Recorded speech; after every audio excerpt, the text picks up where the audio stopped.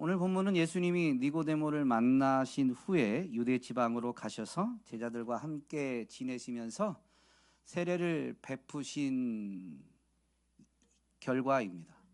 예수님이 세례를 베푸신 곳은 사실 세례 요한이 세례를 베풀던 곳이었습니다. 예수님이 세례를 베풀자 많은 사람들이 예수님께로 모여들었습니다. 그러니까 세례 요한의 제자들이, 전에는 세례 요한에게 왔던 사람들이 이제 예수님 쪽으로 다 가니까 아마 불편한 마음이었겠죠. 시기심 때문에. 그 사실을 세례 요한에게 알리게 됩니다. 그리고 27절부터는 사실 세례 요한이 그 일에 대한 답변을 주는 건데요. 오늘 우리는 이 본문을 보면서 예수님이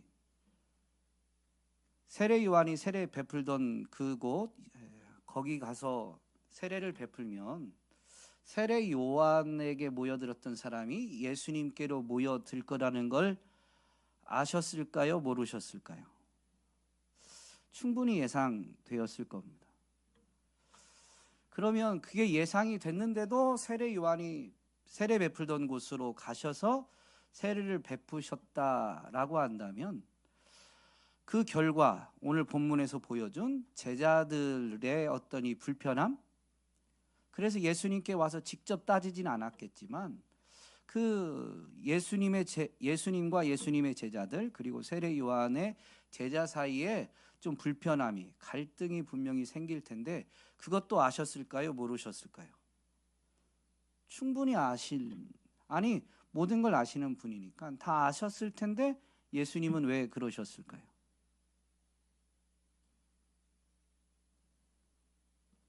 의도적인 거죠. 불편한 일이 생길 걸 알고도 예수님이 그러셨다면 거기에는 분명한 뜻이, 목적이 있는 거예요. 예수님께는 다 계획이 있었습니다. 이렇게 함으로 인해서 예수님은 무언가를 알리고자 하신 거죠.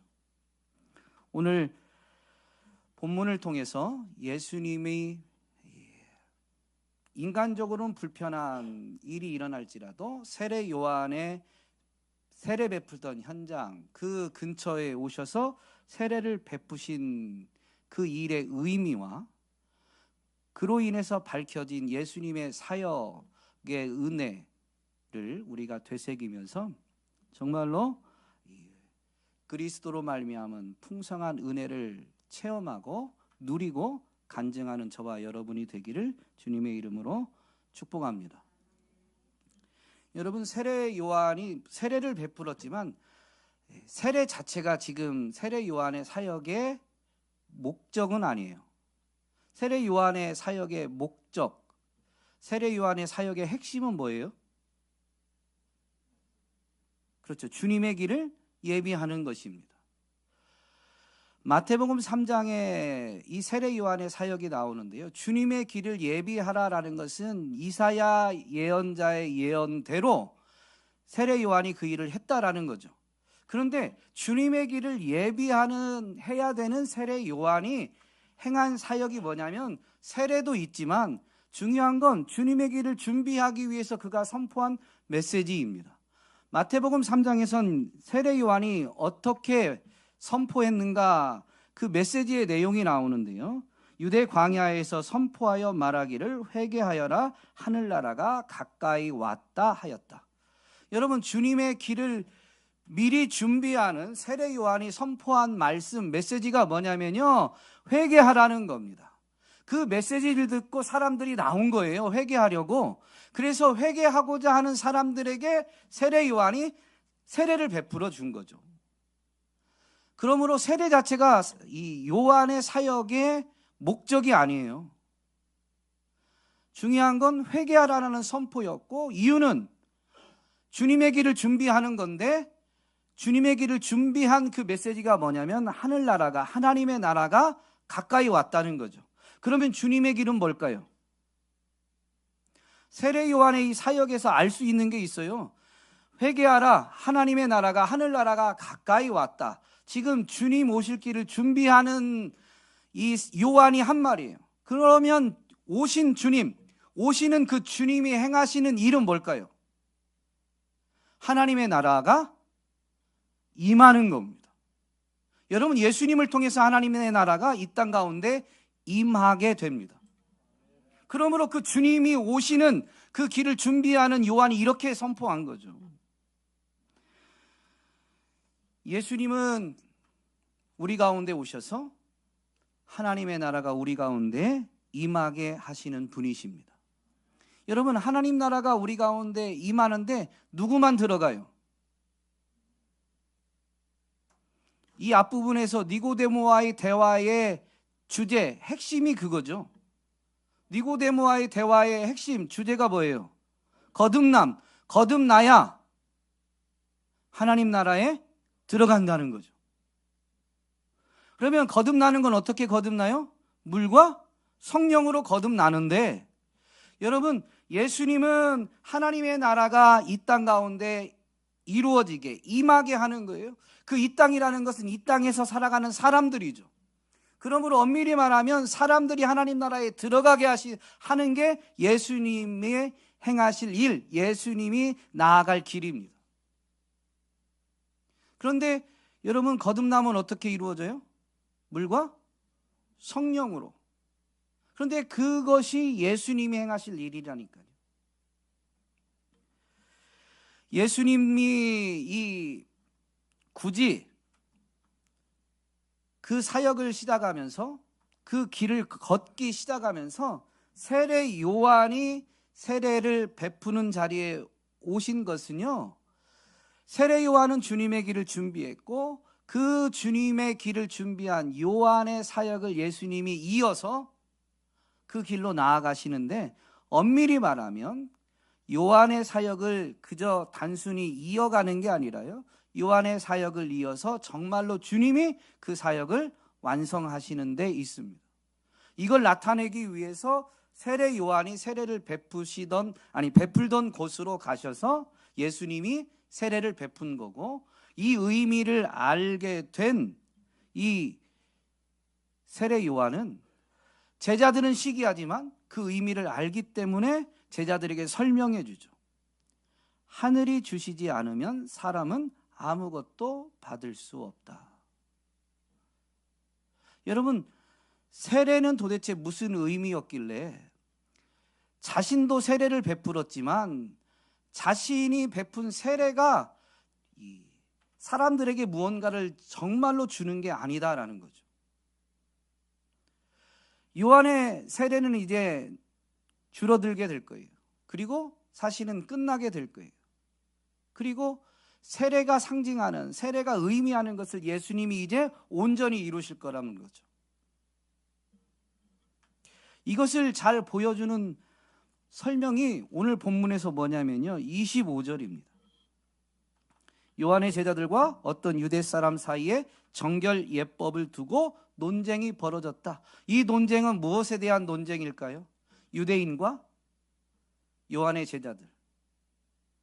아니요, 정결에 대한 논쟁입니다. 유대인들은 정결 예법, 즉 율법 중에 한 부분인 정결 예법을 지켜야, 즉 좀 더 확대하면 율법을 지켜야 사람은 정결하게 된다라는 거죠. 근데 요한의 제자들은, 요한이 세례를 베풀었는데 그게 회개의 세례잖아요. 즉 죄인이, 부정한 사람들이 회개하고 세례를 받아야 정결하게 된다라는 거죠. 근데 요한은 무슨 세례를 베풀었어요? 물로 세례를 베풀었습니다. 예수님은요, 물로 세례를 베풀지만 엄밀히 말하면 예수님의 길을 준비한 이 요한이 자신이 물로 세례를 베풀지만 자기 뒤에 오실 분에 대해서 소개할 때 그렇게 소개하죠. 이 마가복음 1장에 나오는데요, 나는 여러분에게 물로 세례를 주었지만 내 뒤에 오시는 분, 그분은 여러분에게 성령으로 세례를 주실 것입니다. 그러면 이 지금 논쟁, 사람이 율법을 지켜서 정결하게 되느냐, 아니면 요한의 제자들이 주장하는 것처럼 회개하고 물로 세례를 받아야 정결하게 되느냐, 둘 다 아니라는 거죠. 요한이 지금 예수님이 물로 세례를 베푸는 자리로 많은 사람이 모여드니까 제자들은 시기하지만 요한이 이렇게 설명해줘요. 하늘이 주시지 않으면 사람은 아무것도 받을 수 없다. 여러분, 정결하게 되는 건 사람이 물로 세례를 받거나 사람이 회개하거나 또는 율법을 지켜서 얻어지는 게 아니에요. 하늘로부터 주어져야, 하늘이 정결함을 주셔야 그 사람은 정결함을 받게 되는 겁니다. 이걸 알면 어떻게 될까요? 요한은 이걸 알잖아요. 요한은 이걸 아니까 지금 제자들에게 설명해 준 거잖아요. 이걸 알면 30절입니다. 그는 흥하여야 하겠고 나는 쇠하여야 하리라. 여러분, 진정한 죄사함, 진정한 정결함은 바로 하늘로부터 오시는 이 예수 그리스도를 통해서만 사람들이 얻을 수가 있어요.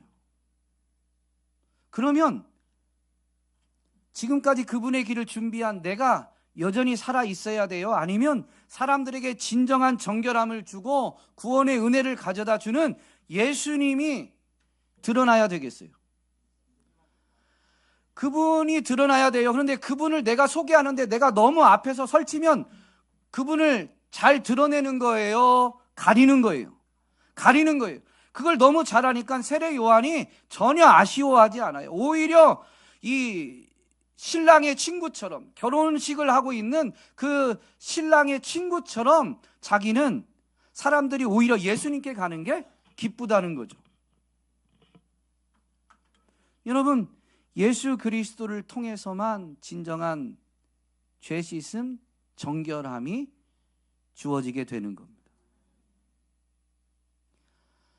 물로 세례를 받는 것, 물론 세례의 의미가 죄 씻음 받는 것, 그래서 새 생명을 얻는 것을 의미하지만 물로 세례를 받아서 얻는 건 아니죠. 이것은 오직 예수 그리스도만이 이루시는데, 예수님의 설명을 보면 여러분, 이 죄 씻음 받고 거듭나게 되는 건 누구의 역사예요? 예수님의 설명을 들으면, 니고데모와의 대화에서 정결하게 되어서 무엇을 받아야 거듭나요? 성령을 받아야 거듭나요. 여러분, 사실 거듭남은 성령의 역사입니다. 성령의 역사입니다. 그런데 왜 이 일을 예수님이 행하시는 거예요?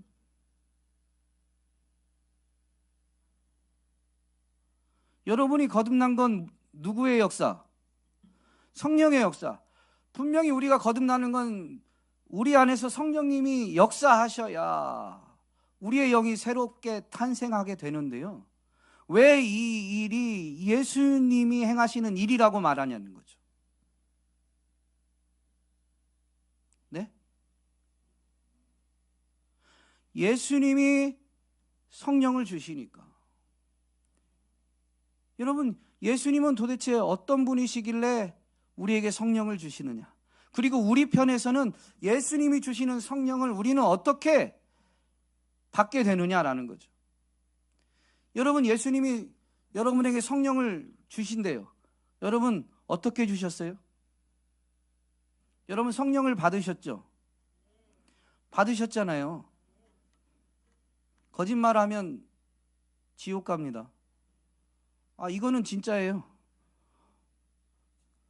예수님은 주셨다는데 여러분, 나는 성령을 안 받았습니다. 그러면 성령을 모독하는 죄는 사함받을 수 없잖아요. 여러분, 예수님이 분명히 여러분에게 성령을 주셨어요. 그럼 여러분 어떻게 받았어요? 그 믿음은 도대체 어떻게, 무엇을, 그냥 저절로 생겼어요?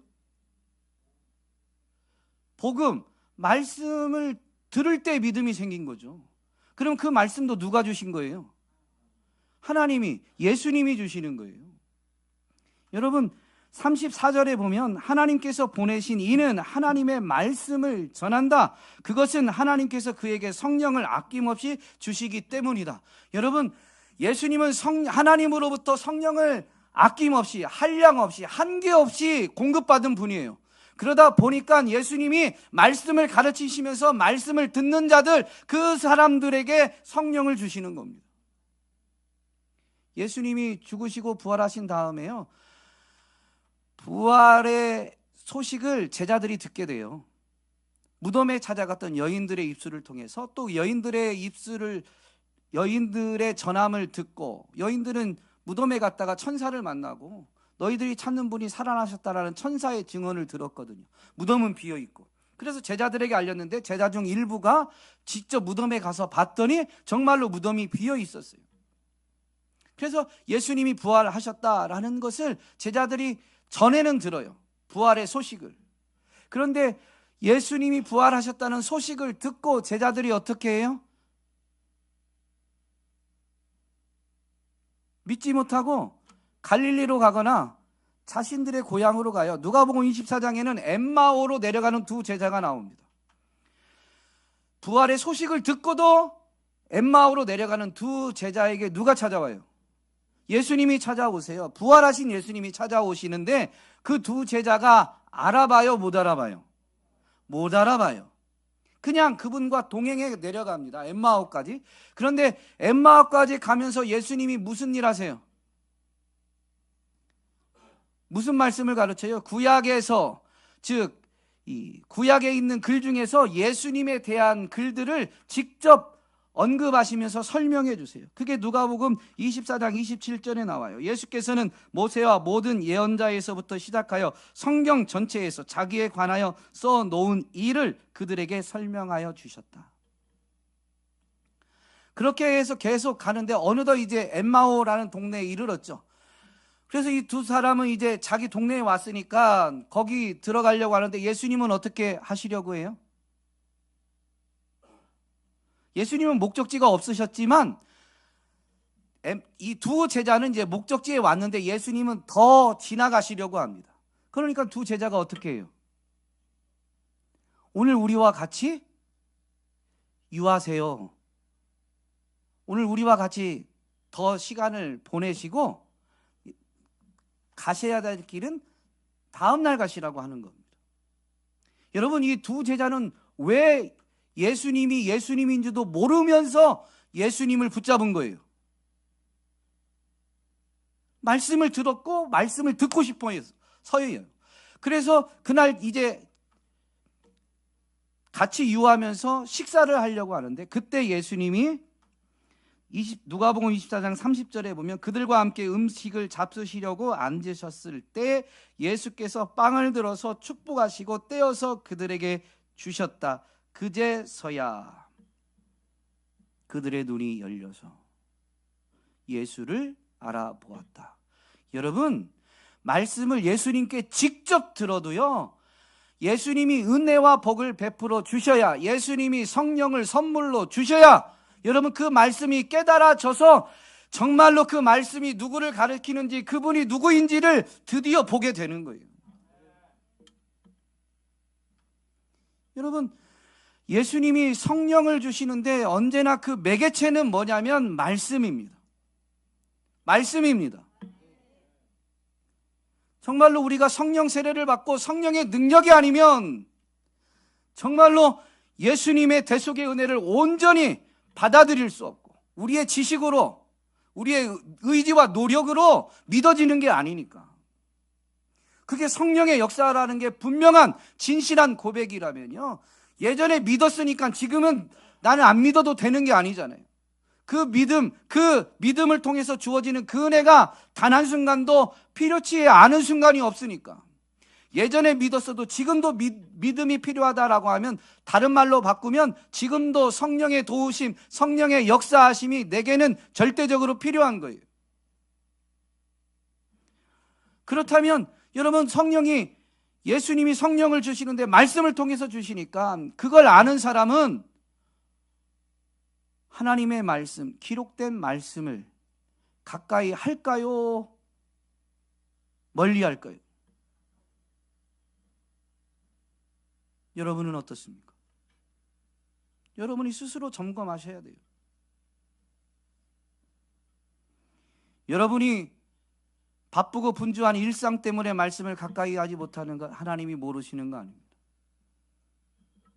그런데 내가 선택한 결과는 내 책임이에요.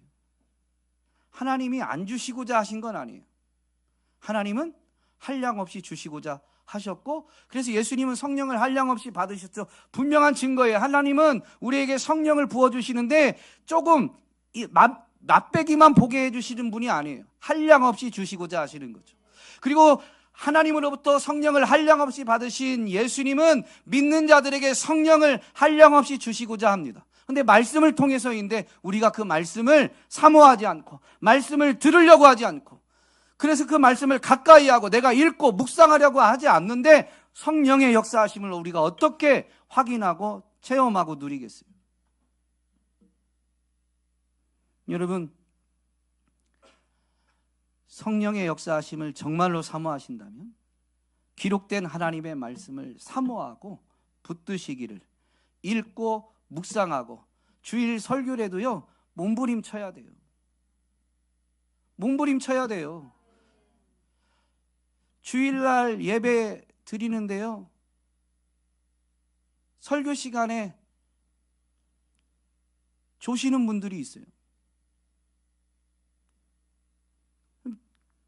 너무너무 죄송해요. 첫 번째, 제 설교가 재미가 없어요. 조는 거의 첫 번째는 설교자의 책임이죠. 그래서 죄송한 거예요. 진짜로. 그런데 여러분은 입장에서 바꿔서 표현해 볼게요.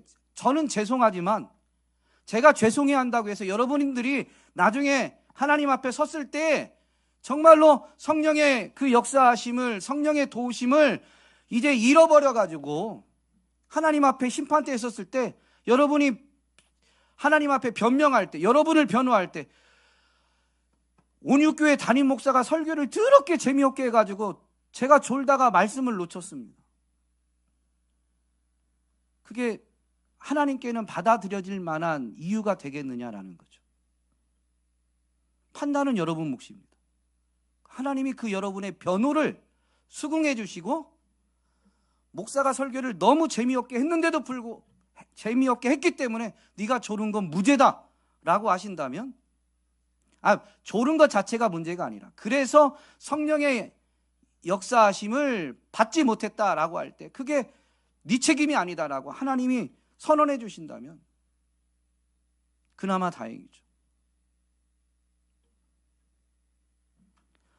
여러분, 주일 설교 시간에 일어나는 게 모든 것을 말해주는 건 아니지만요, 제가 비록 재미없게 설교할지라도 말씀을 사모하면요, 말씀을 듣는 데 있어서 졸음이 오는 것을 내버려 둘 수 없는 거예요.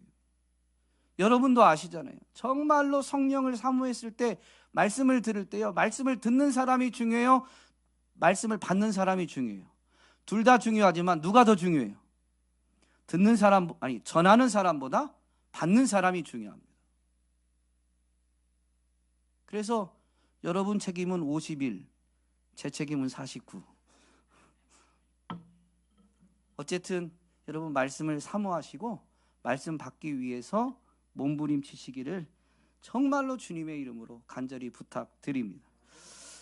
말씀을 통해서 성령님이 역사하시는데요, 그 성령의 역사하심, 성령 세례를 받은 사람은 어떤 은혜를 받은 건가요? 여러분 성령 세례를 받으셨어요. 성령 세례를 받았다라는 게 도대체 무슨 의미일까요?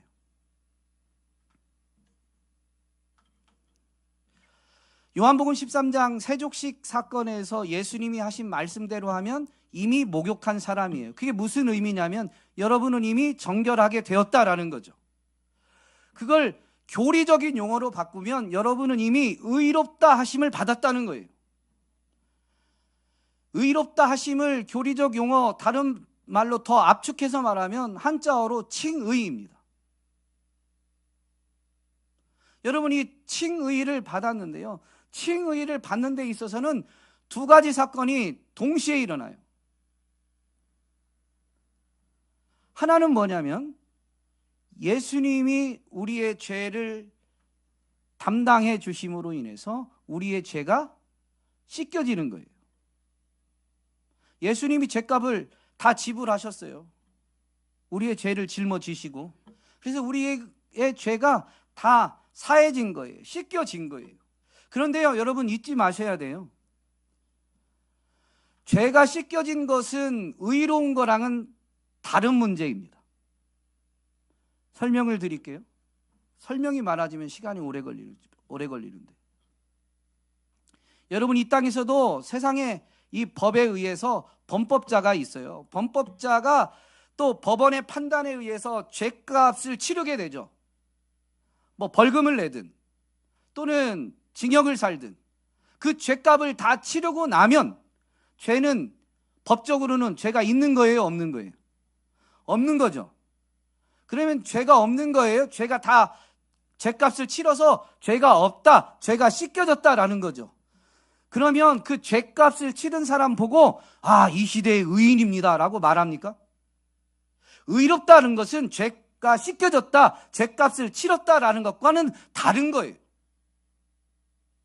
여러분, 예수님이 우리의 죄를 씻어주심으로 인해서 또 동시에 일어나는 사건이 있는데, 예수님은 죄가 있는 분이에요, 없는 분이에요? 죄가 없는데도 십자가에서 죽으셨어요. 왜요? 우리 죄 때문인데요, 그것은 하나님의 뜻이기 때문이었습니다. 예수님은 이 땅에 오셔서도 하나님의 말씀 뜻대로 순종의 삶을 사셨고 죽기까지 하나님의 말씀 뜻에 순종하셨습니다. 그래서 십자가는 우리의 죄를 대신 담당하신 예수님이 죄값을 지불하신 사건이기도 하지만, 예수님과 하나님과의 관계에서만 보면 마지막까지, 죽는 순간까지 하나님의 말씀과 뜻에 온전히 순종하심으로 인해서 완전한 의의를 이루신 거예요.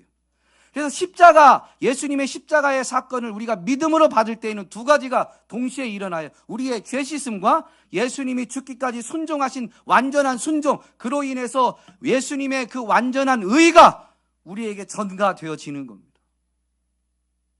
그래서 우리는 한쪽 측면만 얘기해요. 예수님의 십자가로 우리의 죄가 씻어졌다. 그래서 결과만 이야기하죠. 우리가 의롭다함을 받았다. 여러분, 우리가 의롭다함을 얻게 하기 위해서 사람의 몸으로 이 땅에 오신 예수님은 몸을 입고 사시는 동안 하나님의 말씀과 뜻에 순종하고 복종하셨습니다. 할 수 있으면 안 했으면 좋겠다라는 심정이 너무 많았을 때에도 기도하면서까지 나의 원대로 마시고 아버지의 뜻대로 하여 주십시오라고 하면서 죽기까지 하나님 뜻에 복종하여 완전한 의의를 이루셨어요. 그 의의를 우리에게 전가해 주신 거예요. 그 전가하는 일은 성령의 역사입니다. 그러므로 성령 세례를 받았다라는 것은 예수님의 의의를 우리가 믿음으로 받아들이게 해 주신 거고, 그것은 하나님 앞에서 우리는 의롭다함을 받게 된 거죠. 그러면 여러분, 하나님이 성령 세례를 받은, 즉 믿음으로 예수님의 의의를 덧입은 우리를 바라보실 때는 누구를 바라보듯 바라봐 주시는 거예요.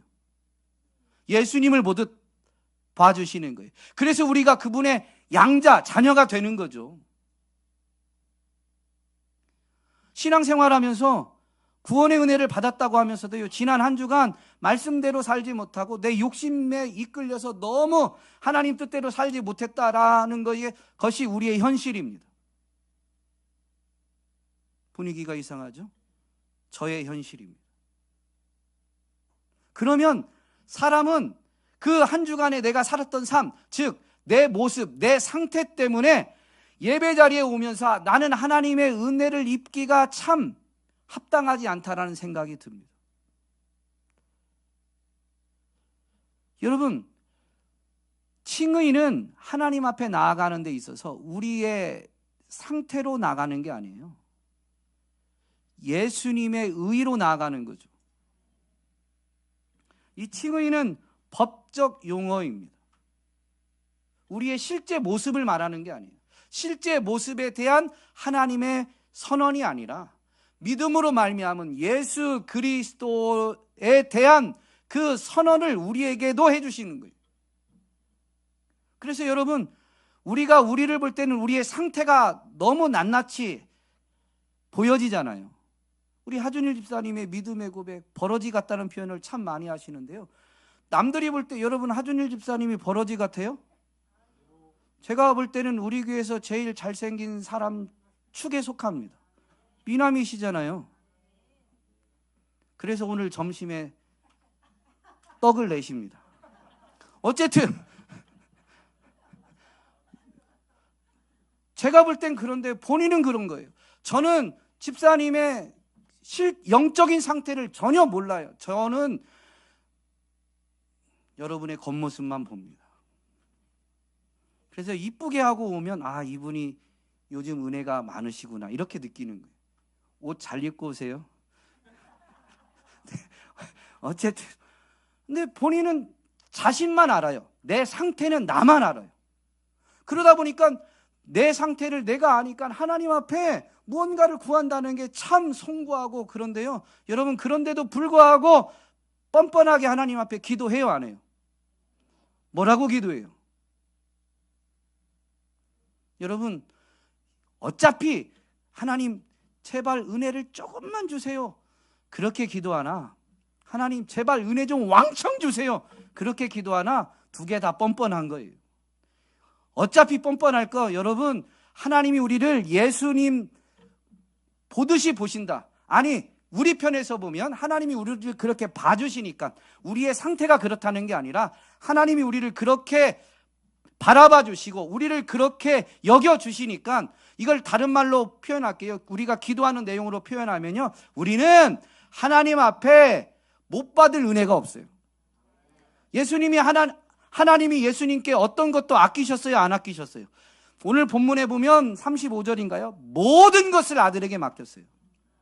여러분 하나님이 예수님을 그렇게 바라보시고 모든 걸 맡기셨다면 우리에게도 그렇게 해주십니다. 근데 중요한 건 우리의 믿음이에요. 친구의 은혜를 받았는데 자꾸 우리의 상태를 생각하는 거죠. 아, 나는 지난주에 말씀대로 살지 못했는데. 그러니까 용서해 주시는 것만이 은혜라고 생각합니다. 여러분 이미 용서는 다 됐어요. 그래서 의롭다고 해 주신 거잖아요. 갑자기 아멘이 왜 주세요? 자꾸 우리 상태를 생각하는 거예요. 여러분 하나님은 여러분을 예수님 때문에 예수님의 의로움으로 바라보고 계시다니까요. 다른 사람에게 나 이런 사람이야 라고 한다면 잘못됐지만 하나님은 날 그렇게 봐주시는데 하나님 앞에는 뻔뻔하게 우리의 자녀들이 엄마 아빠한테 잘못했다가도 다음날 학교 갈 때 오늘 학교에 돈 내야 돼. 전날 막 두드려 맞아도 두드려 맞을 만큼 잘못을 해도요 다음날 자녀는 그게 자녀의 권세예요. 여러분 우리가 받은 은혜 이 칭의의 은혜 그 은혜 안에서 우리 좀 더 담대합시다. 다른 말로 바꿀게요. 뻔뻔합시다.